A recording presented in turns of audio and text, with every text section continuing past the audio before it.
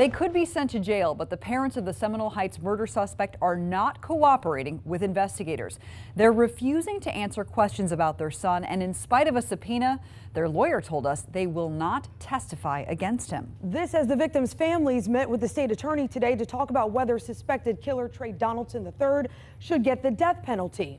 Nightside Sarah Rosario joins us now with the latest on this case and what the families had to say. Yeah, Carolina, I spoke with Anthony Naiboa's dad, and he says he wants the death penalty.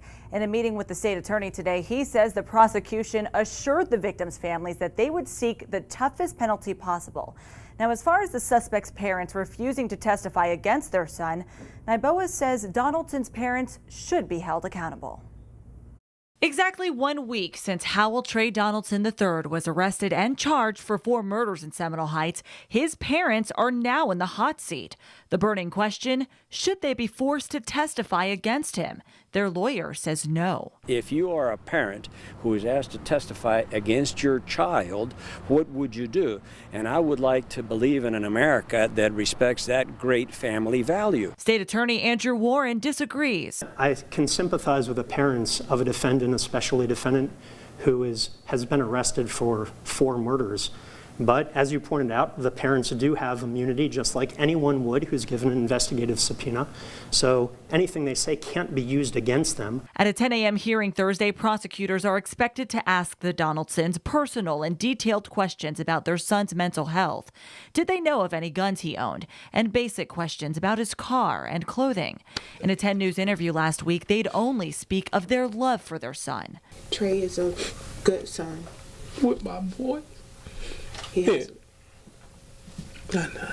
Most people understand that they have a duty to understand questions, and when that duty is explained to them by a judge, they're willing to provide answers to us. As far as the Donaldsons getting out of answering questions without consequence, Tampa defense attorney Anthony Rickman says since they're protected by immunity from the state, that may not be possible. If they rely on parent-child privilege, there is none.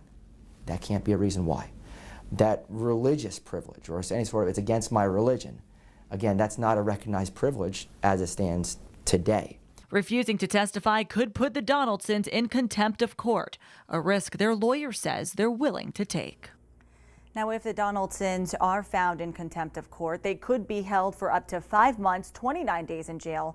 The state attorney says he doesn't think it'll get to that point. And Fernandez says the judge does have other options, although he wouldn't elaborate what those options were. Again, that hearing is set for tomorrow morning at 10 a.m. Sarah Rosario, 10 News.